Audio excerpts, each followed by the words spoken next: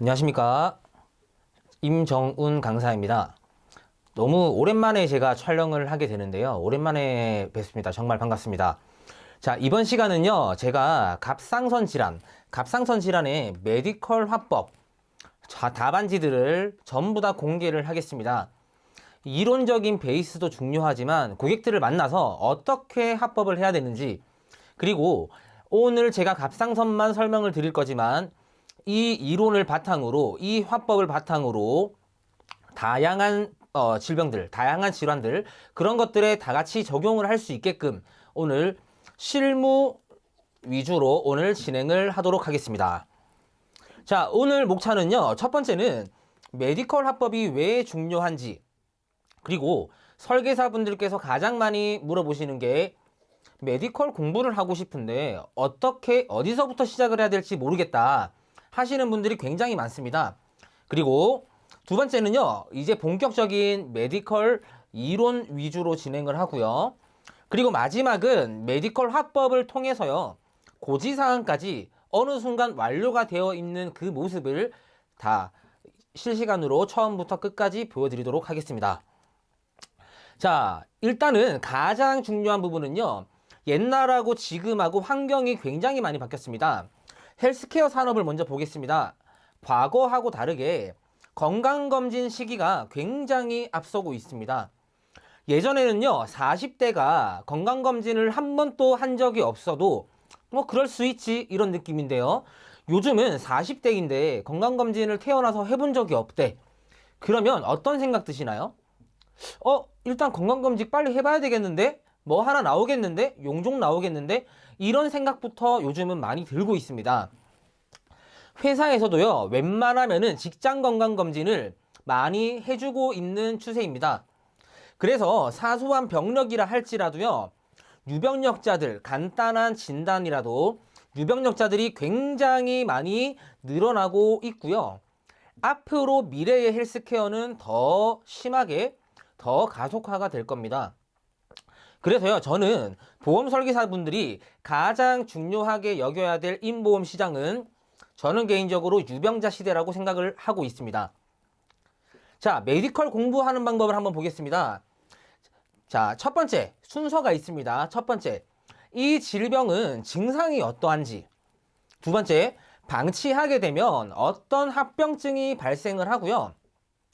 내가 설계하려고 하는 담보랑 이 방치하게 되면 어떤 합병증이 일어나는지 얘랑 인과관계를 파악을 해야 됩니다. 예를 들어 볼까요? 대장 용종을 제거했습니다. 제가 가입하고 싶은 거는 뇌랑 심장이에요. 2대 질병이죠? 자, 대장 용종이랑 뇌랑 심장이랑 인과관계가 있을까요? 조금 더 쉽게 번역하겠습니다. 대장 용종에서 최악의 상황이 되면요, 대장암이 걸리겠죠.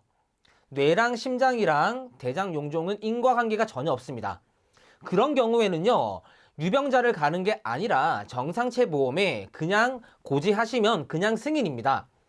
제가 대장 용종에 대한 예시를 쉽게 설명을 드렸는데요.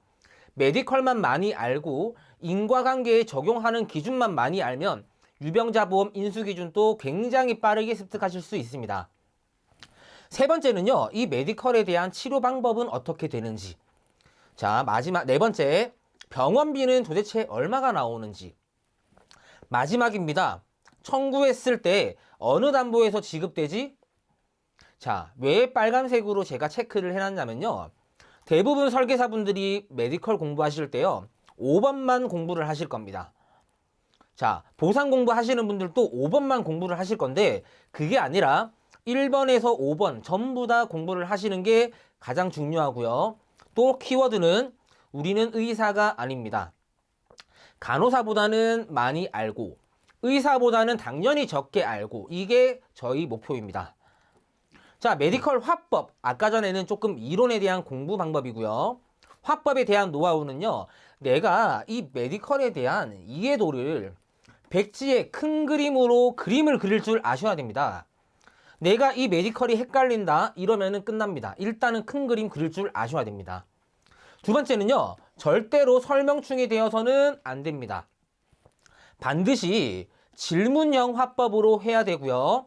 어차피 제가 질문을 던지지만 답변을 할 수 있는 거는 정해져 있습니다. 마치 점쟁이처럼 물어보는 화법인데요. 바로 실물을 이론 들어갔다가 화법을 들어가겠습니다. 갑상선 질환이란요. 네이버에 갑상선을 치면은 요런 사진들이 나올 수 있습니다. 자, 그런데 이런 거를 갑상선, 갑상연골, 후두개 이런 거를 공부하자고 하는 게 아닙니다. 왜? 저희는 의사가 아니에요. 어떤 걸 공부하면 되냐면요. 요것만 보시면 됩니다. 오늘 갑상선을 끝내보겠습니다. 갑상선 질환은요. 큰 그림을 그려볼게요. 기능에 문제가 있거나 아니면 결절이 있거나 둘 중 한 개입니다. 자, 반을 쭉 잘랐을 때 왼쪽이 있고 오른쪽이 있습니다. 자, 기능 먼저 해보겠습니다. 갑상선이요. 기능이 부족하면은 당연히 저하증이고 넘치면 항진증입니다. 갑상선이 기능이 부족한지 넘치는지 이게 궁금하다면요. 피 검사를 하셔야 돼요. 왜냐하면요. 이거 암기 아닙니다. 이해를 하셔야 됩니다. 갑상선 기능은 수치일까요? 아니면은 모양일까요? 당연히 부족하다, 넘치다는 모양이 아니라 수치를 의미하는 겁니다. 그러면요. 엑스레이, CT, 초음파, MRI 찍으면 갑상선 기능이 나올까요? 안 나옵니다. 왜? 갑상선 기능은 수치이기 때문이에요. 그래서 갑상선 기능이 문제가 있니 없니 궁금하신 분들은 피검사를 통해서만 확인이 가능합니다. 자, 갑상선 기능이 부족하면 저하증이고요. 저하증은 추위를 많이 타고 몸에 기력이 다소 없는 편입니다. 당연히 기능이 부족하니까요. 갑상선 수치를 채워줘야 되겠죠. 자, 갑상선이 하는 역할이 뭘까요? 우리 신체에서 호르몬을, 자, 얘는 신체의 호르몬을 담당합니다. 글씨체가 조금 악필인데, 자, 호르몬을 담당합니다. 갑상선 기능이 부족하면 호르몬에 굉장히 많은 영향을 미칩니다. 따라서 기능이 부족할 때는 기능을 채워주면 되겠죠. 뭘로? 약을 먹습니다. 이때 약 이름까지 다 암기를 하셔야 됩니다. 왜 해야 되는지는 제가 추후에 입증하겠습니다. 갑상선이 부족한 경우에는 신지로이드라는 것을 먹습니다.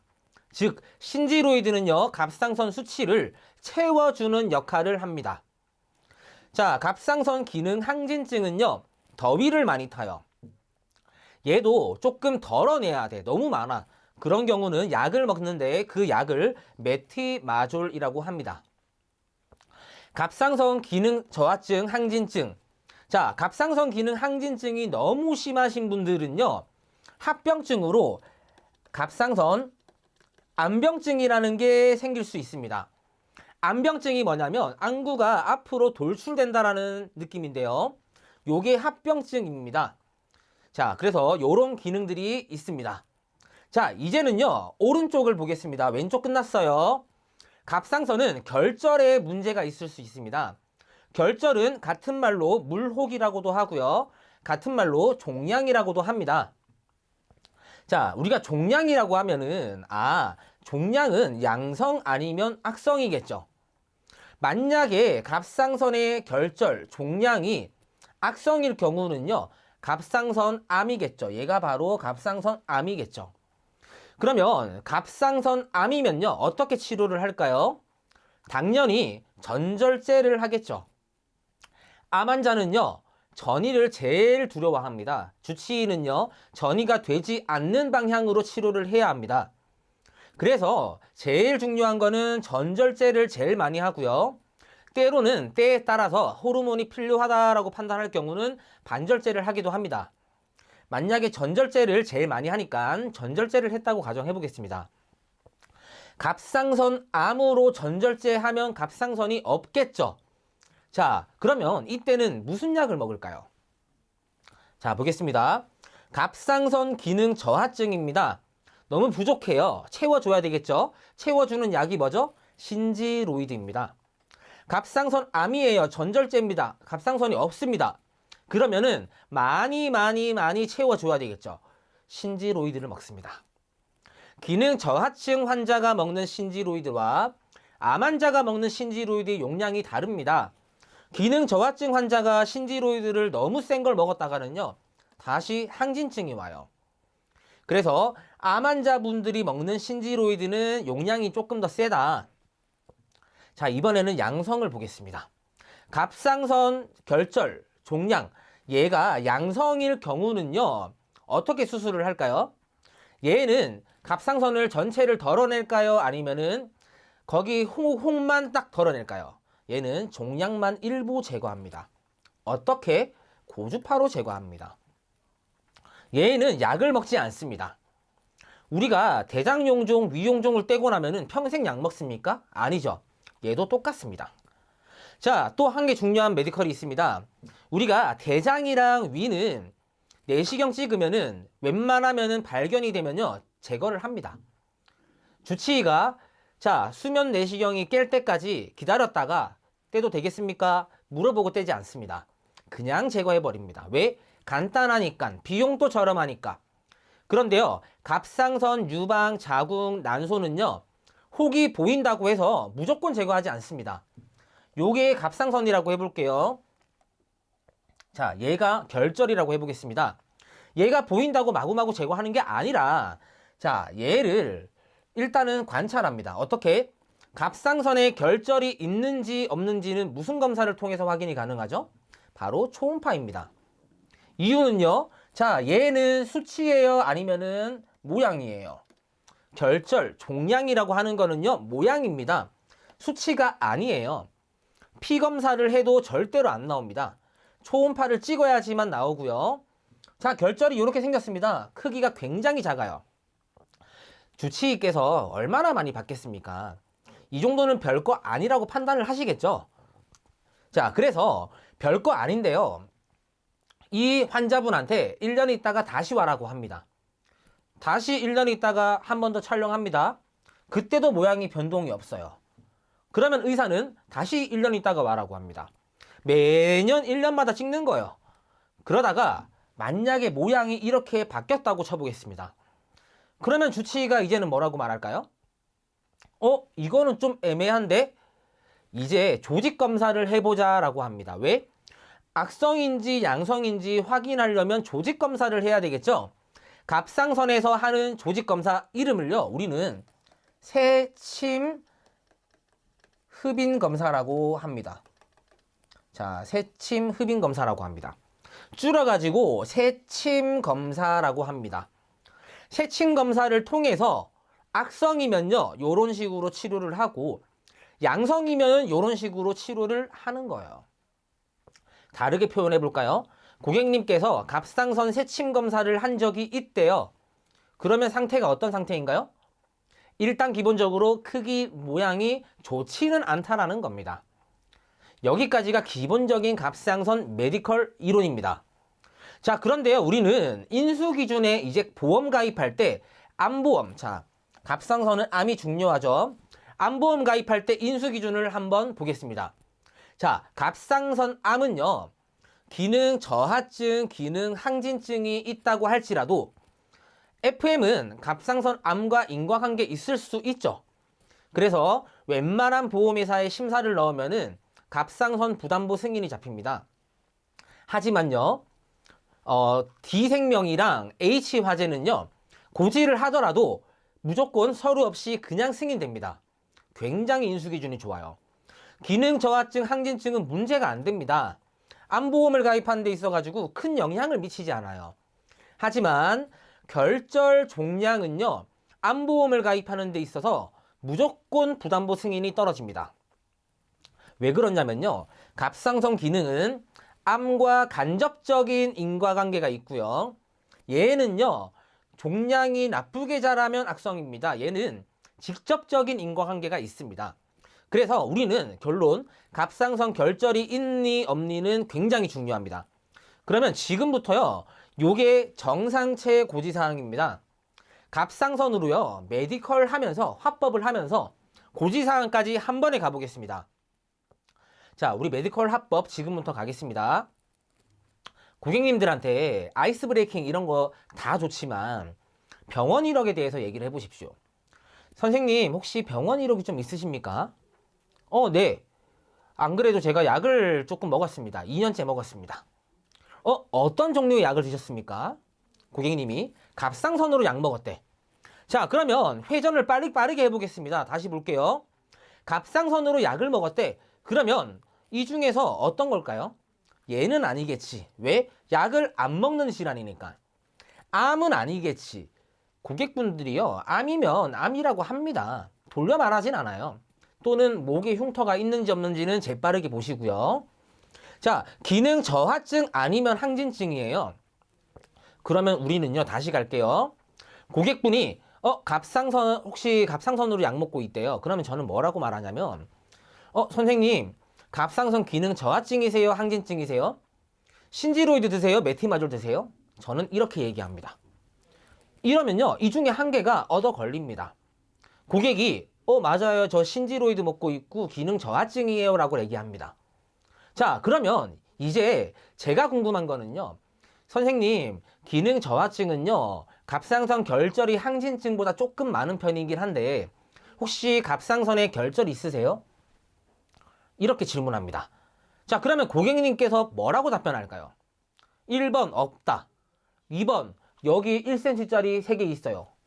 3번 잘 모르겠습니다. 뭐라고 말할까요? 다 3번입니다. 모르겠다라고 합니다. 왜? 주치의께서 갑상선 결절이 있더라도 심각하게 얘기하지 않습니다. 뭐 이 정도는 다 있는 거고 그냥 뭐 1년마다 한 번씩 검사합시다. 이런 얘기밖에 안 합니다. 자, 모르겠다라고 했어요. 저는 이때 어떤 질문을 하나 하면 이 고객님께서 결절이 있는지 없는지 확인 가능할까요? 바로 선생님, 갑상선 초음파 찍은 적 있으십니까? 물어봐요. 초음파. 아니, 초음파를 찍은 적이 없대. 그러면 저도 있는지 없는지 모르는 거죠. 만약에 초음파를 찍은 적이 있니 없니? 만약에 있대. 자, 그러면은 이제 우리는 뭐라고 질문을 해야 될까요? 저는요, 어떻게 질문을 하냐면요, 한 번 촬영했니? 아니면 2번 이상 촬영했니를 물어봅니다. 고객님께서 저 5년 동안 5번 정도 촬영했습니다. 자, 갑상선을요, 왜 5번이나 찍을까요? 초음파를. 정답은 한 개입니다. 갑상선 결절을 가지고 있습니다. 또 다르게 표현하면요, 크기와 모양이 5년 동안 변치 않았기 때문에 세침 검사도 안 하고 매년 초음파만 촬영하고 있었던 겁니다. 세침 검사 하면요, 본인이 말해줘요. 왜? 세침 검사는 따끔따끔 하거든요. 자, 그러면 2번 이상 찍었대. 자, 이때는 고지사항 어디에 속합니까? 바로 여기에 속합니다. 왜? 1년마다 추가 검사, 재검사를 했잖아요. 그러면 저는 뭐라고 물어보면 돼요? 선생님, 혹시 제일 최근에 검사 언제 하셨습니까? 11개월 전쯤에 했어요. 그럼 저는 뭐라고 말하면 돼요? 그러면 한 달 있다가 계약 진행합시다. 왜? 한 달만 지나면 1년이 지나니까 고지 대상이 아니라는 겁니다. 그러면 고지할 필요가 없겠죠? 그래서 저는 이런 식으로 상담을 합니다. 다시 초음파 찍은 적 있어요? 예. 한 번 찍었어요? 2번 이상 찍었어요? 한 번. 자, 이번에는 네모로 칠게요. 한 번을 찍었대, 한 번. 그러면 뭐라고 질문을 해야 될까요? 선생님, 혹시 주치의께서 한 번 더 검사하자고 권유를 하던가요? 아, 네. 안 그래도 6개월 있다가 말해요. 그럼 뭡니까? 아, 이런 경우는 혹이 있다라는 거예요. 근데 주치의께서 이제 올 필요 없다고 합니다. 그러면요, 혹이 없는 겁니다. 이런 경우는 고지대상에 안 속해요. 하지만 요런 경우는요, 어디 고지사항에 속한다? 얘는 바로 질병의심소견의 고지사항이 속합니다. 그러면 우리는 질문을 하면 되겠죠. 선생님, 초음파 언제 찍었습니까? 3개월 이내에 찍었어요? 3개월 지났습니까? 저 한 4개월 전쯤에 찍었는데요. 그러면 고지할 게 없겠죠. 3개월 내만 물어보는 거니까. 요렇게 하면요, 메디컬만 나는 물어봤을 뿐인데 한 번의 고지사항까지 이어지고 거기에다가 암보험을 가입하면은 인수조건이 어떻게 될지를 미리 예측을 해서 안내까지 가능합니다. 이게 요렇게 얘기하다 보면요, 굳이 고객을 만나서 뭐 메디컬이든 이렇게 뭐 이런 얘기만 하면 약관 얘기를 조금 집중 있게 안 해도 충분히 고객 입장에서는요, 이 사람은 정말 전문가네? 이런 포스를 느낄 겁니다. 그래서 메디컬 화법은 정말 중요한 부분이고요. 이런 화법을요, 모든 질병마다 내가 그림을 한번 그린 다음에 고지사항이랑 어떻게 엮을지도 한 번씩 고민해 보시고, 오늘 갑상선 결절만 했지만 다 끝났습니다. 종양은. 자, 고객님이 설계사님, 유방으로 제가 초음파를 5번 찍었습니다. 왜요? 유방에 섬유선종을 가지고 있다라는 말입니다. 고지사항에는 1년 이내 추검 제거한 적이 있다라는 겁니다. 그러면 제일 최근에 초음파 언제 찍었습니까? 똑같이 가는 거예요. 고객님이 임신한 건 아닌데 자궁 초음파를 5번 찍었대. 왜? 자궁에 혹이 있는 거예요. 이렇게 메디컬 질문만 했음에도 불구하고 이 고객분들의 현재 상태가 다 발견될 수 있는, 이게 바로 메디컬 화법입니다. 그래서 오늘 메디컬 화법은 여기까지 진행을 하고요. 다음 시간은 본격적인 유병자 시대 맛보기에 대해서 진행을 할 거고요. 현재 판매 중인 유병자 보험의 큰 그림 그리기, 많은 정보들을 드릴 거니까 제 정보들을 많이 훔쳐 가시기 바라겠습니다. 자, 이번 시간은 여기까지 하겠습니다. 감사합니다.